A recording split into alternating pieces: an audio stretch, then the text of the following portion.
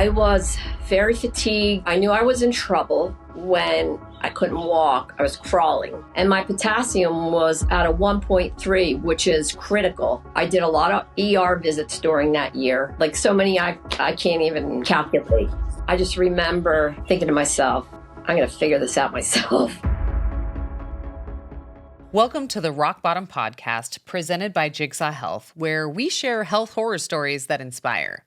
Today's guest is Suzanne Dunn. She was diagnosed with Gitelman Syndrome, a rare genetic kidney disorder that left her in and out of the hospital.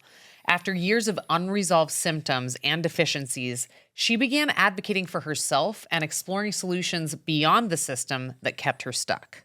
Before we dive in, just a quick note, this podcast is for informational purposes only and is not a substitute for medical advice. So please always consult a healthcare professional before making any changes to your health routine.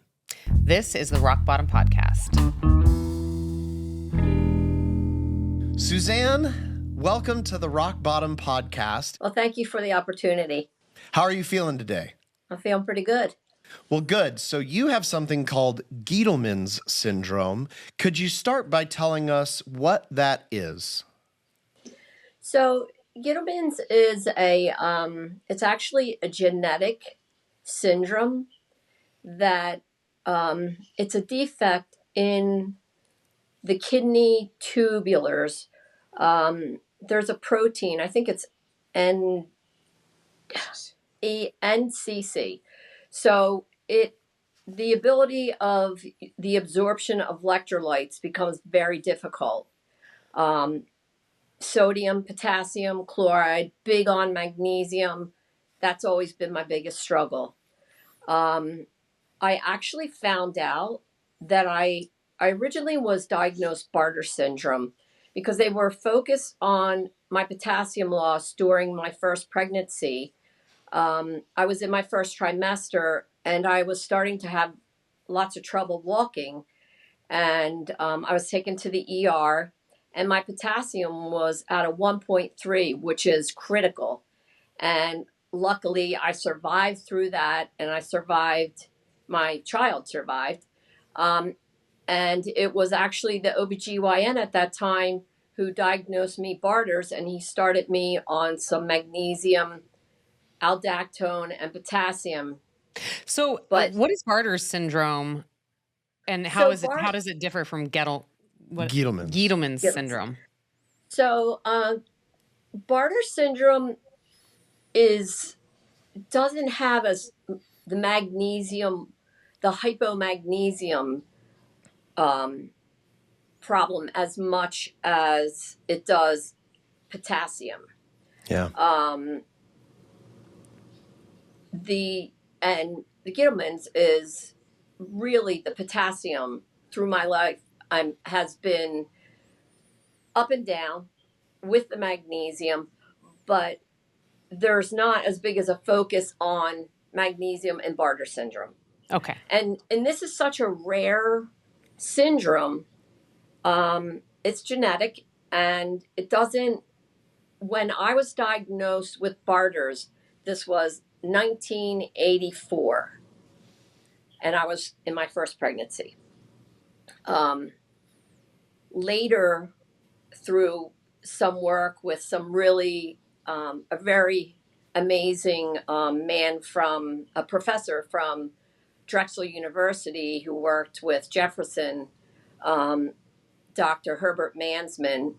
He was doing a lot of studies on magnesium.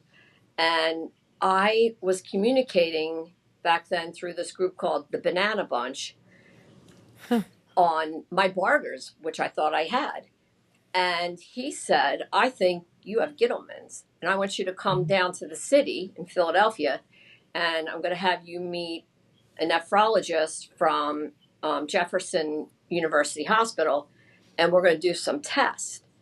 And I actually went with my brother, and I was re-diagnosed in 2000 with Gitelman Syndrome.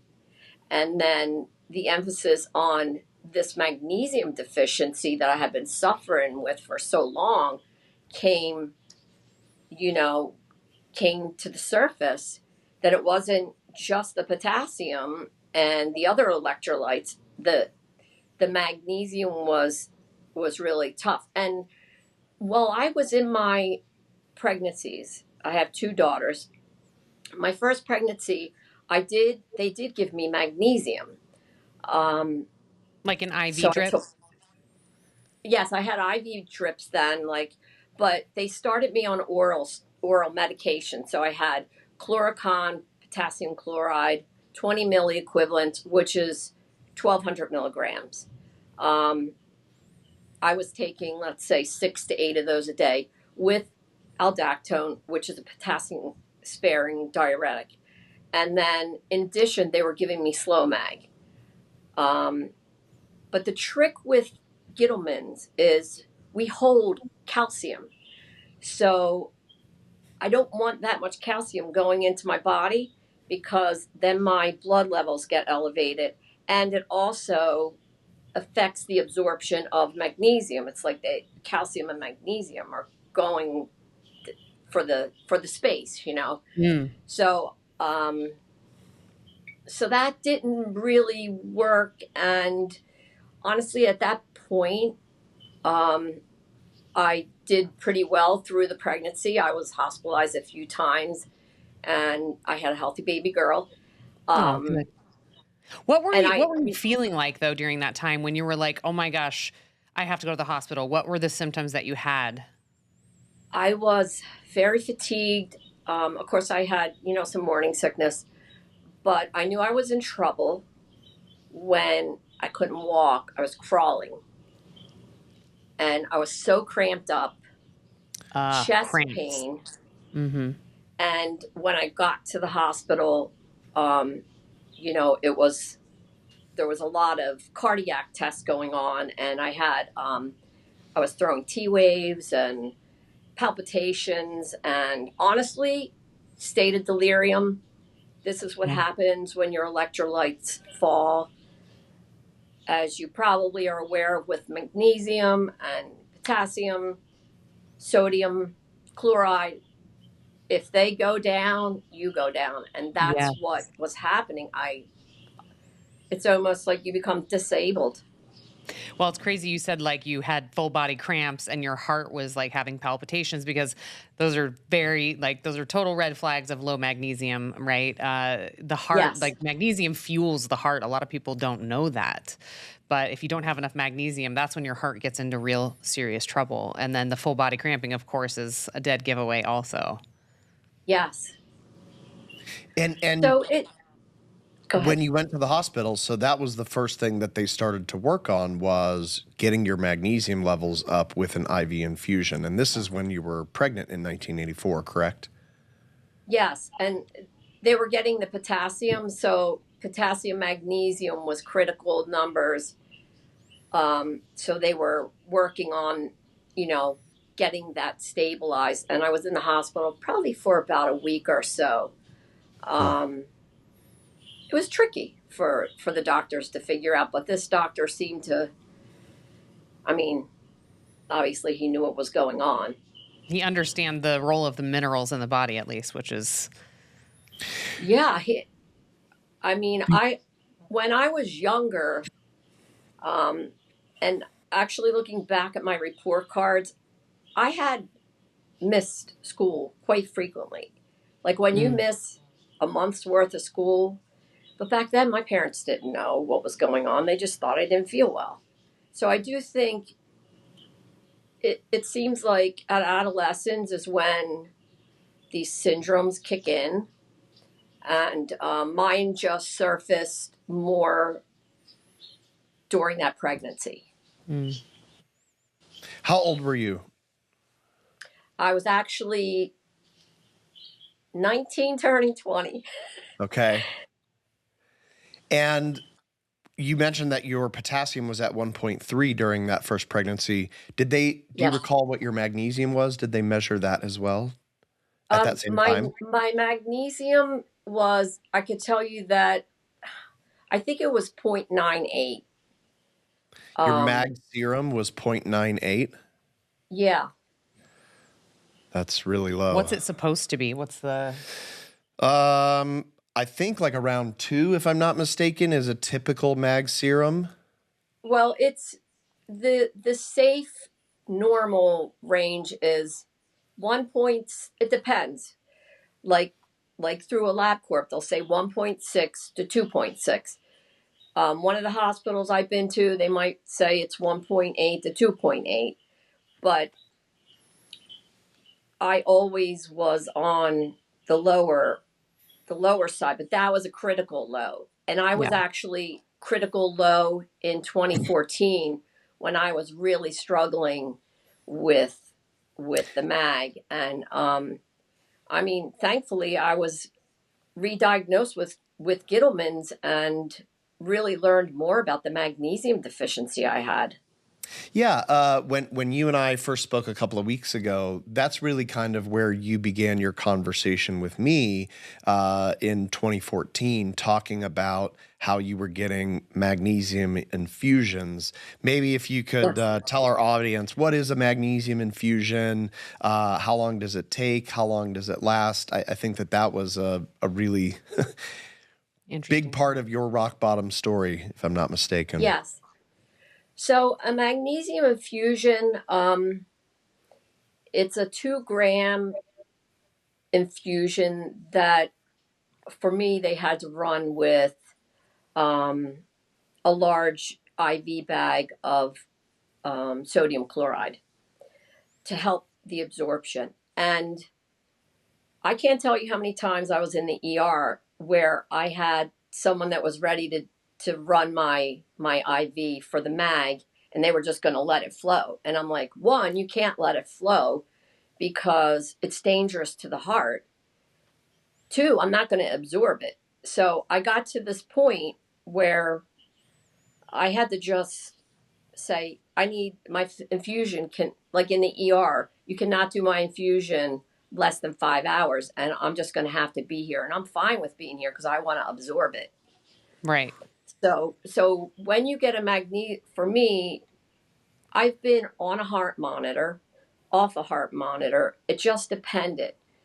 But it's very important that the nurse or the IV tech is being very careful. I had some blips along the way with people that just treated me like I was just somebody else with a little bit of low magnesium, when in fact I have Gitelman, so this is a lot different.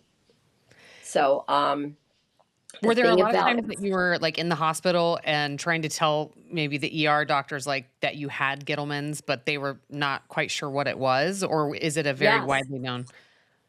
No, it's very it's very rare, and it was like I should have recorded the story of the Gitelman story, because I kept repeating myself.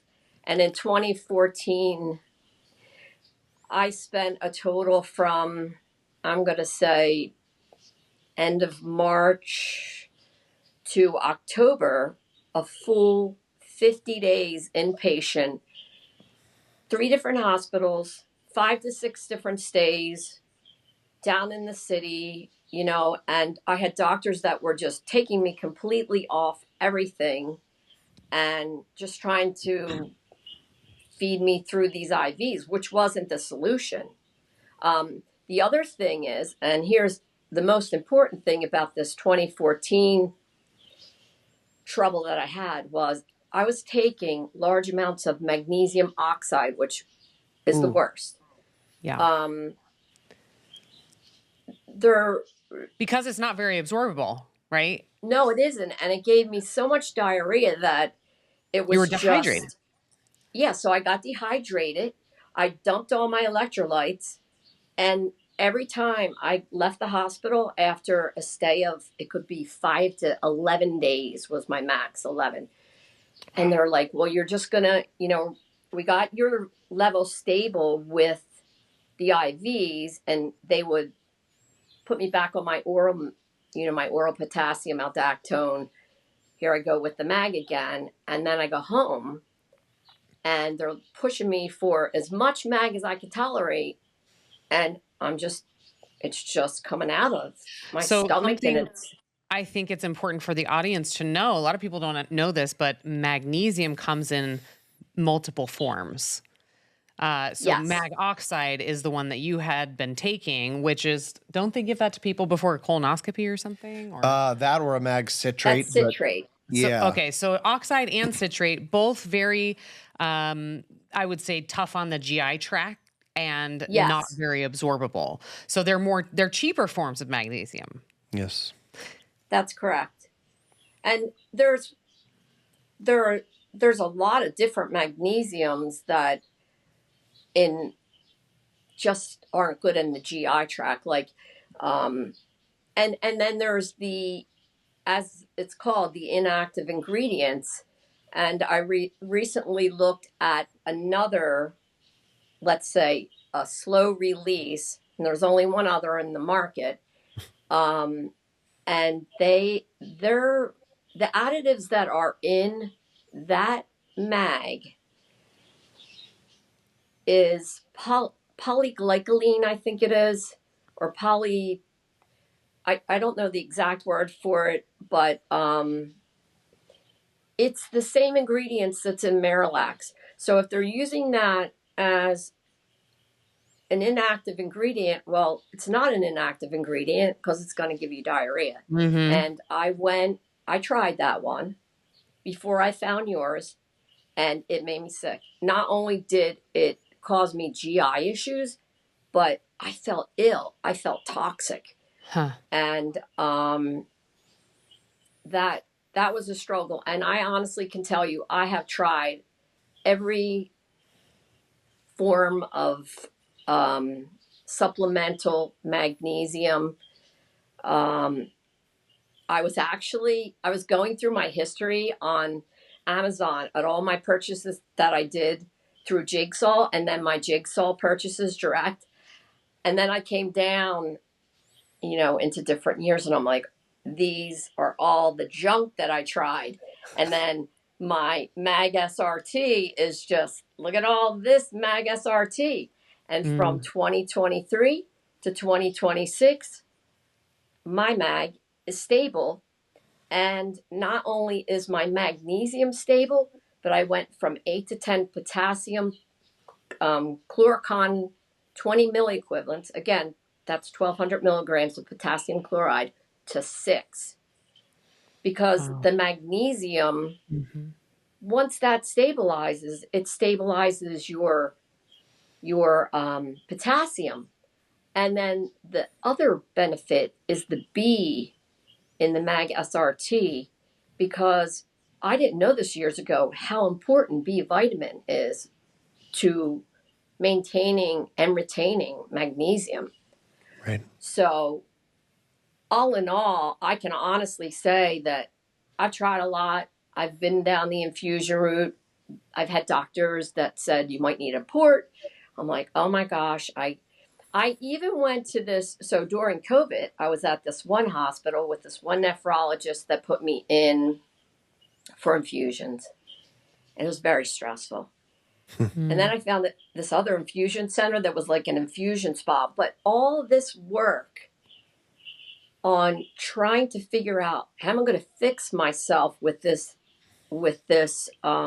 Gitelman's challenge, Gitelman Syndrome challenge. It's work, and I kept on just going on, Just and searching. How yeah, did you just find Jigsaw Magus RT? so I actually Googled for the a slow, because I started thinking slow release. Okay, I have to do infusions that are slow. So Yeah. I need something that's just not going to burst in my gut and then be gone. Yeah. And as soon as and I will admit, when I first started trying it, I had like, it was a little bumpy here and there because, I was in some infusions. And then my nephrologist would say, no magnesium during 24 hours because you just got this infusion. Right. So it was me saying, okay, I've had multiple nephrologists that kind of they tried to help, but they always said, you know your symptoms better than we do. Right. And basically, if you don't feel well and you think that it's time for an infusion, go to the ER. So We after you started Jigsaw Mag SRT, how many infusions and that was what, 3 years ago? How many infusions would you say you've had to get since then? Well, I actually just I was just looking into this. So the last infusion that I had was May 27th of 2019. But as far as ER visits, I had two after that. And because of my Gitelman's and because they knew of the risk of hypomagnesium, that they would start me on, and I'm taking the Mag SRT, and they would start me, and then they'd stop it. Your level's fine. Hmm. And I went through I went through such a history of LabCorp, and I started doing my own labs because I started using a company, um, Request a Test, which Yeah. I just said, okay, I'm going to get my own metabolic panel and I'm going to get my own mag serum, because otherwise I'm waiting for the doctor to call me and it might not be till a week later. Right. So get my labs done at 2 and I have my results by 12 the next day. And if I have to adjust, I adjust. But when I went back into my history, that's when I was really able to see the stability between, and my stability right now with my mag is a 1.6 to a 1.8. And I lived, when I looked back in my history, I was living with such fatigue and just feeling run down. I was living at like a 1.2, 1.3, and that put me at a bad place, because then if I got sick, if I got a virus or something, I was going to bottom out. Right. And then again with the mag oxide that was being pushed for me to take, um, that was such a mistake. And again, Gittleman's is rare, so I can't fault all the nephrologists, but I will say that during hospitalization in 2014, it was very frustrating because my husband would take me to the ER. I'm cramped up. I have to lay in the back of our vehicle, Ugh. and I would get there, and if they admitted me, which I did a lot of ER visits during that year, and like so many, I can't even I can't even imagine calculate. that, like having the ER visits be such a normal part of life. I mean, I'm so Well, I glad that had you decided to take your health into your own hands and to not just accept status quo and what the doctors told you. You really yeah. fought for yourself. Yeah, I mean, I just got frustrated, and I said I need to take care of myself, because I had, well, the ER or hospital stay, they always like did this, where I would be a quarantine for C. diff because of all the diarrhea, and then they're doing all these tests, and I'm like, it's the mag oxide that's doing this. Every Mhm. other test, all the tests came back that everything was fine. Um, but during that point, it really ran me down, and I lost a lot of weight. And I just remember thinking to myself, I'm going to figure this out myself, because that 2014 wasn't all my life. I had peaks and valleys. Yeah. Um, Hmm. but I've always been a fighter, and life, you have to, you just have to advocate for yourself, and experiment. And that's what I did. I started it's just like the potassium. I said to myself after reading this great article about magnesium stabilizing potassium, I said, you know what? I'm going to give it a try, and I'm just going to take myself down to 6 chloricons. And sure enough, I didn't feel any different. And my potassium labs were still 4.1, 4.2. So you've come a long way, you might say. yeah, it's been very interesting. And Patrick, as you know, when I talk to you, and I've messaged the team a couple times, hey, make sure if anything changes with this, please don't stop making the Mag SRT or the Mag SRT be free. And if something happens, please, I have to stockpile. This is my lifeline. Like Yeah. literally, it's keeping me alive. And it's not just a supplement, it's a lifeline for me. And just to be clear, the Mag SRT uses a malate form, which is a very highly Yes. absorbable. It's one of the more expensive forms of magnesium, but we formulated that at Jigsaw Health on purpose because we know that that's what it takes for the highest absorption and for your body to be able to utilize it. And you know what the sad thing is? I think most people take magnesium to poop.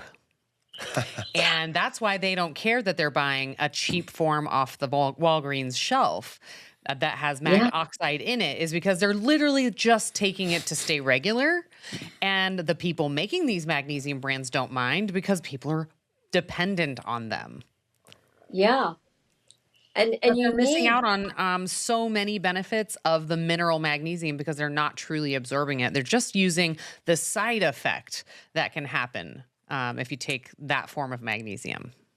Yeah, it's very interesting. And I actually, when I just recently had my labs done, they were really good. The technician, she was funny because she said, oh, I started taking some magnesium, Suzanne. I'm taking this Mag O. And I was like, oh, that's not that Mag Oxide. She's like, if I take it, I can't go anywhere. And I'm like, you see me enough in here, that's not the one to take. So, and she was funny because she's like, you know what? You just keep on keeping on, girl. You just keep on working on this, and you come in, you get your labs done, and she's seen me when I've not felt good. I've been going to her for quite a while, and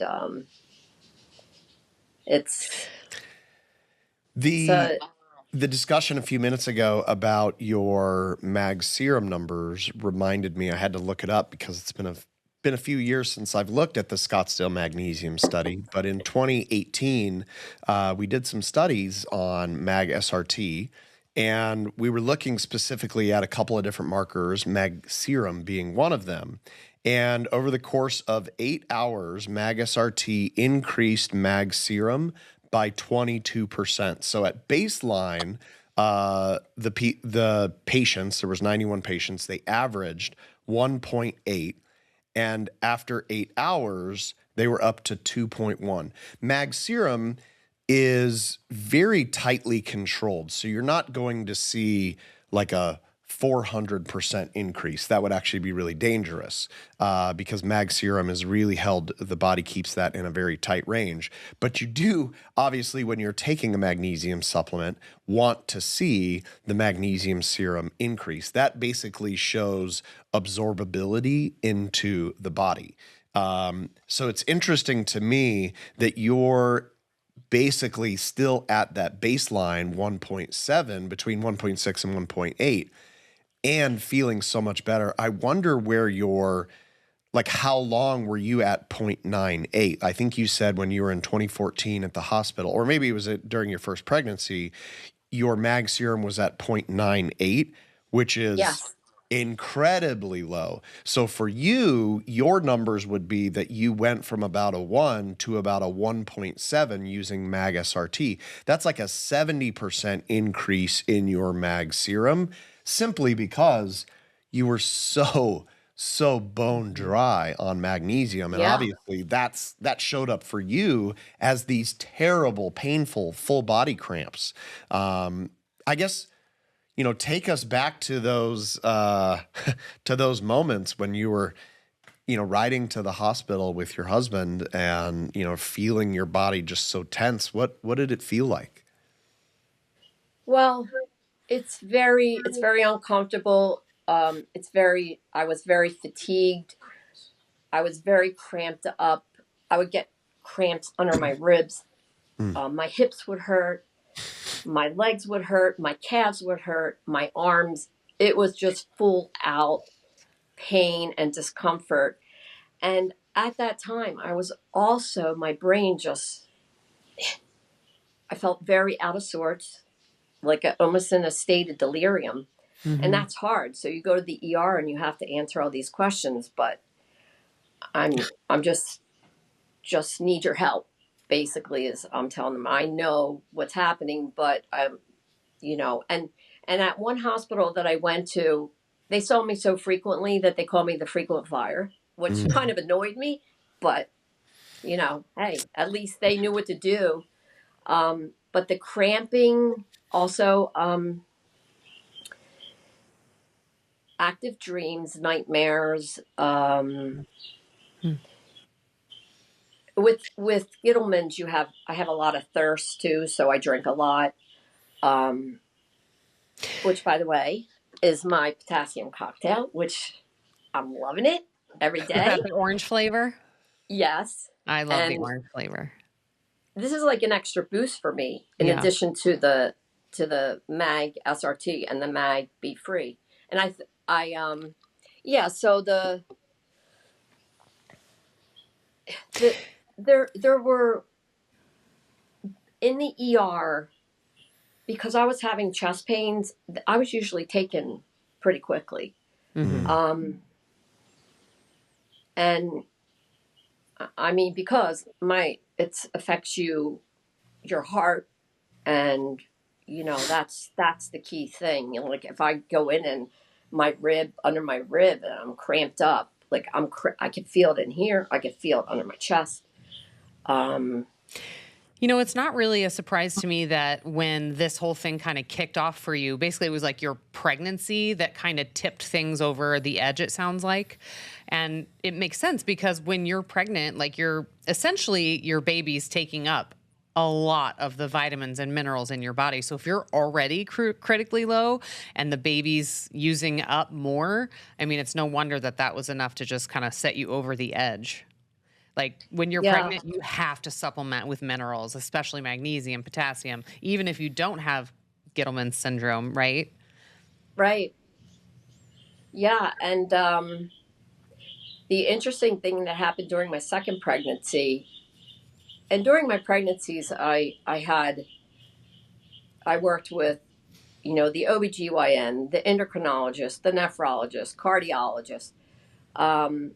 I was a high-risk pregnancy, both pregnancies. My second pregnancy with my second daughter, I still to this day can't believe that I had to take 30 potassium chloride pills a day, and I had to take 10 magnesiums, and it was these doctors that were just pushing me to take the highest amount because of my pregnancy. And I was in the hospital probably 3 times during that pregnancy, and it wouldn't be just an overnight stay. I'd be in there for a week. Sheesh. And it was very. What would you say we always like to ask on a scale of 1 to 10, 10 being your best, 1 being your worst, what do you feel like in your rock bottom moment of all of this? Like, what was your number if you had to put one on it? In my rock bottom, when I was just flat out feeling like I'm in trouble, I would say I was at a 1. It was, my husband used to, when I would really struggle, we would do this thing like, okay, let's just try to take a little bit more mag. And this is before I started the Mag SRT and the Mag SRT Be Free. these were pre-days to this magnesium that Jigsaw created. And some days it was like I couldn't get out of bed. So my husband would bring me the banana, bring me something to drink, put my pills next to me, make me some toast. And sometimes he would stay home from work. Sometimes, you know, he would just help me the best he could, and the neighbor would check on me. During that 2014 period, I had some family that helped me. I really wanted to be home. I got the way you feel mentally when you're stuck in a hospital. And I developed some PTSD from all that hospitalization, to the point where, let's say if I went to the grocery store and I heard the sound that sounded like the heart monitor going off, or the sound in the hallway, because I was frequently in a cardiac unit during this, or, you know, even like a step down ICU. So, Gosh, that's a so really good that point. was, I mean, you talk about all the physical trauma that you've been through to try and get stable with all of this, and then you start to think, well, what about that mental component? Of course, you had oh PTSD. I mean, yeah. that's very traumatic. Like, I can't even imagine. We'll put it that way. So, what have you done? Are there anything that you can tell us about that you have, like, basically adopted to help stabilize your mental well-being, to help fix any of that? Do you have any practices that you do? Well, I've been, I like to listen to music. Um, and this is so true. In the morning, I take my, I try to space it out a little bit, my potassium and the magnesium SRT. If I wake up and I feel tired, within an hour of taking two of those SRTs, the mag SRTs, it's like instant. Like, I'm ready. I'm ready to go on my deck. I'm ready to do some, I have a rowing machine out there, get my weights, put my music on. And I like to be active. I want, last summer I was swimming. You know, I'm swimming 30 laps in a 25-meter pool. And that, when I hit that number, and the other thing about this, Gitelman's and your electrolytes, the summer can be tough. So I was, you know, am I going to be able to do it? And then I'm at that point in my life where I just have to keep on keeping on, and, you know, pay attention to what I'm putting in my body, as far as my supplementation of the magnesium. And I'm always going to need my magnesium and potassium are the biggest components to this. I mean, I take in salt, you know, the chloride is in the potassium, but I feel, I just feel stronger. It, when I look back and I think, wow, what took me so long to find this mag SRT, because I could have been in a different place. And there were times where I had my grandchildren, and oh, I just loved spending time with them. And I would feel wiped out. Like, when my first granddaughter, my first grandchild was born in 2015, which is very interesting because, just a quick blurb back to the 2014, I'm in this hospital, been there 11 days, in and, you know, off and on IVs. And I remember my daughter coming in, and I was pretty run down. My immune system was not in the best place. And she said, "Oh, I have to use your bathroom. I'm going to get sick." And I was like, "You shouldn't be here if you're sick." And she's like, "Oh, no, I'm just a little pregnant." Well, I told all the nurses and the doctors, I have no time to be in the hospital. I need to get this all worked out because I'm going to be a grandmother. And, and that also, that new experience that was coming into my life made me work harder. That, Mm-hmm. okay. That's And great I did motivation. and I did infusions. And even when I was taking care of her, She was my angel, and I have two other angels that are amazing. But as a grandparent, you don't, or even as a parent, you don't want to be like flat out on your back, and Of course. you want. So that's what I fought for.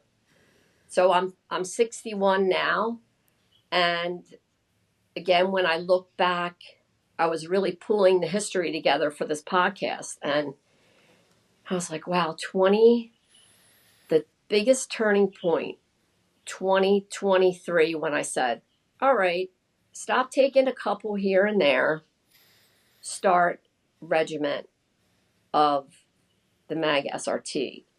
And then I added in the Mag SRT B free. So I wasn't overloading my system with B in case I wanted to pop it up to 5 Yeah. or 6.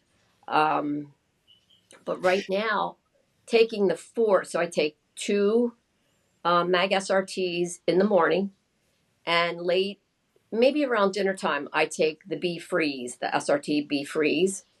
And I take these around the same time I'm taking my potassium. And it's just amazing. And I honestly, I'm being so honest about this because I've tried everything, and I've been sick from certain magnesiums. I've tried magnesium lotions, and my So absorption I did level that I'm very sorry. So I did no, ask you before, like, on a scale of 1 to 10, how did you feel at your very rock bottom, like the worst? Now that you've been on the right kind of magnesium, Mag SRT, how are you feeling on a regular basis? What is your number? I would say I'm at an 8. I, keeping Wow. all the life stress down, as much Yeah. as I can, which the magnesium helps with that because it helps me, divide and conquer what I need to. hmm Um, yeah, I mean, it's I'm just in a different place. It's so much I think different. a lot of people would be super happy to say that they feel like an 8 on a regular basis. Heck yeah. Yeah, I definitely, just to know that I'm not going to be off to the ER. When you wake up in the morning and you can get out of bed and move around, it's huge. Yeah. Um, I Something that we all take for granted, right? Until yeah, you all of a sudden can't, and then you never take it for granted again. yeah. I learned quite a lesson in 2014, and I remember after I got to this point, and I had to do infusions for a while, but I just wanted to feel good, I never I stayed away from alcohol. I wasn't a smoker, and I just I was all about just taking care of myself the best I could. What does your diet And look like nowadays? so I my diet is like this morning I had fruit, I had some cereal, oat milk. I don't take in a lot of dairy because it can raise my calcium numbers. Um, I'll have some salad, chicken salad, turkey. These are the type of things that I like. Now, I will admit I like to have a hamburger, cheeseburger now and then, but I do feel like the healthier foods are the ones that are going to help me to absorb the mag and the potassium I'm taking. Um, it's very important that that I'm having a healthy breakfast because I'm on to taking the magnesium shortly after that and the potassium. hmm Um, and I lean. I'm a big I'm big about organic. I'm big about non-GMO. Um, so much has changed, and so much, as you know, both of you know, because you did the documentary, which was awesome, Thank about you. the just our food chain has changed so much, and that is also affecting our minerals. hmm you know, getting them in or keeping them in. That's right. And how about seed oils? Are you actively on the lookout for those or trying to eliminate those out of your diet? Seed oils? Yes. Yes. So, yes, I'm very, I really don't do a lot with oils like that. Um, It's you mostly, know, your packaged foods, and I mean, they sneak it in hummus, they sneak it in Salad cereals oh dressing. and salad yeah, dressings, and you name it. So you really yeah, have to learn how to read an ingredient label to if you Yeah. want to stay away from them, but they're just very inflammatory. yeah, they are. And I have, there's a Greek cafe close by that they do a lot of healthy food, and they make their own hummus, which they import their olive oil from Greece. So Mm. um, they focus, on clean eating, and I've learned more about clean eating because my husband actually developed Meniere's disease in during COVID 2020 2021, and he really had to go clean to figure out, his own body. So it's Is he the feeling better now that education. he changed his diet? Yes, Isn't he it has. amazing how we can heal ourselves through food and nutrition? And Amen. you know what? Supplements fall into that category. And I'm so grateful that we have them because it is hard to get enough vitamins and minerals from food, especially in today's world where Oh it's just the yeah. soil is depleted and it's just kind of where we're at. So very grateful that we have those as tools. But, it's really important for people to remember that it's a supplement to a healthy diet. Right. So Yes. the number one job is to eat that healthy diet, a whole food, stay away from the seed oils, try to not eat as like the packaged processed stuff, and then supplement with your Yes. minerals and your vitamins on top of that. And that's so true. And people that drink the diet sodas, and I remember one of my nephrologists said, any soda that's brown, don't touch it because it's just affecting your electrolytes. It just eats away at them. And I don't drink soda anymore. I was never a fan of diet soda. I very careful. I I read I read what I'm buying, and if I could buy more clean, like just eggs, turkey, Mm-hmm. chicken, Simple. vegetables, fruit. Yep. Um, cut back on, well, I almost eliminated box. I know a couple of my friends go to Costco and they stock up their closet. I'm like, oh gosh, you're not gonna live well with this kind of stuff. But Yeah. not that, I mean, Costco has other good products, but Right. you know, boxed Well, snacks, boxed food, it's just yes, it's all the additives and the chemicals, and our bodies just aren't equipped to deal with those. It's like a foreign substance, right? It's like, well, what am I supposed to do with this? And so it's just harder metabolically. And a lot of people just have, 80% of their diet is convenience, packaged, et yes. cetera. So I love to hear that you're just focusing on kind of like the simple whole foods, eggs, meat, fruit, vegetables. Um, it's pretty wonderful that we have access to that in this country. So, Yes. yeah. Suzanne, is there any question that we should have asked that we didn't ask yet? I can't really think of anything. I for me, I honestly want to reach out to everyone and say, this is not, I am not marketing. I am telling you that this magnesium by Jigsaw, magnesium, SRT be free, it's the best. And I have lived my struggles with supplementing. I have tried so much, and I'm so grateful.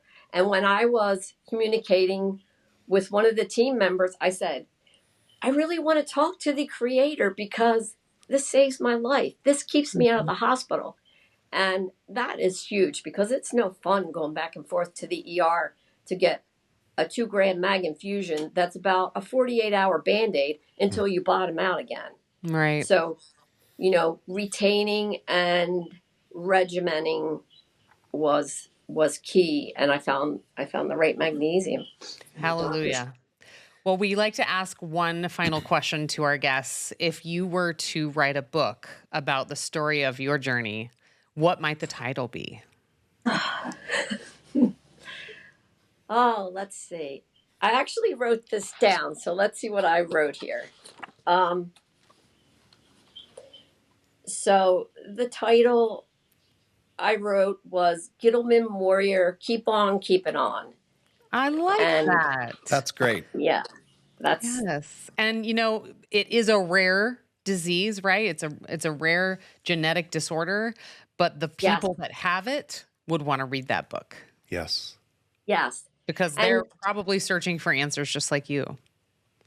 Yeah, and it's and there's different variances with this, so I just what I can honestly say is it takes work, it takes hard work, but you have to take every ounce of energy when you're feeling run down, even if you're laying in bed, to think, I need to work harder because this is the rest of my life. I have to get through life, and I don't want to be disabled from this syndrome. So, Amen. So that's... I like it. Well, Suzanne, thank you so much for joining us on the Rock Bottom podcast today. It's been a pleasure. It's been wonderful to hear your story again and to hear some different details that I didn't hear the first time that we chatted on the phone. And I promise, like I said to you on the phone, we're going to keep making Mag SRT at Jigsaw Health. Okay. For you Thank you. for the and for us. Yeah, exactly. And for the hundreds of thousands of other customers that depend on it every day, just like we do, because we take these products every day ourselves too. Thank you, Suzanne. Thank you. Thank you, Ashley. Thank you, Patrick. This episode of the Rock Bottom podcast is brought to you by Jigsaw Health, a family-owned Arizona-based nutritional supplement company. Every formula is made with clean ingredients that are third-party tested to ensure that what's on the label is in the bottle and nothing else. Learn more at jigsawhealth.com. Do you have a health horror story? We're always looking for stories that will inspire others, so please use the link in the description to apply to be on our show. Finally, if this episode resonated with you, then please like and subscribe. It really helps others to find our show, and we want to help spread the word. New episodes drop every other Wednesday, so thank you so much for tuning in, and we'll see you on the next show.